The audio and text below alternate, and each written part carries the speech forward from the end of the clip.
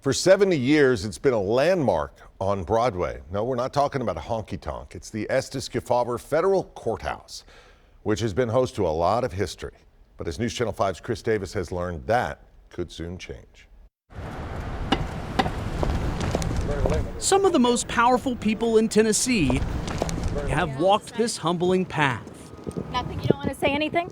Into the Estes Kefauver Federal Courthouse in Nashville, often with little to say. Under the rule, I can't do that. Tennessee seems to have a habit of being visited by the FBI on a regular basis. But so much can be said by historian Jim Hubler on the building's remarkable history, especially when it comes to the most famous trial to ever take place here.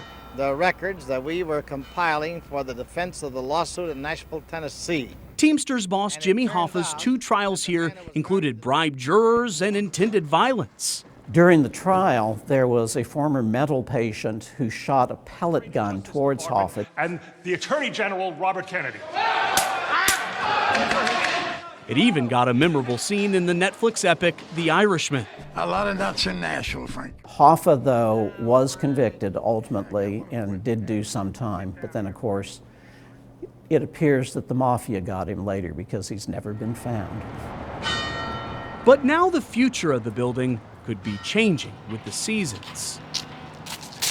The one thing we do know for certain is the federal government is looking to offload this property. It could be sold to the state, it could be sold to the city, or some historians worry it could be sold to a private developer. If the Kefauver building is sold and demolished, I think it'll tear a hole in the history of the city.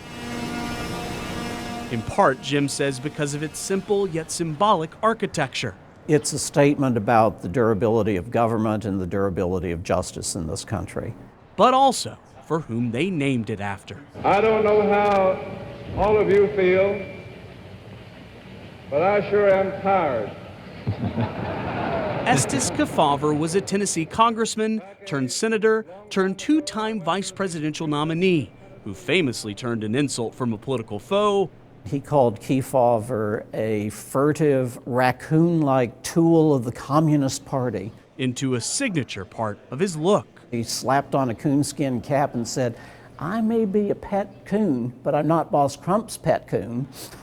The federal building appears to be the only notable thing still named after Kefauver. He was a significant figure. It'd be a shame not to continue to honor him.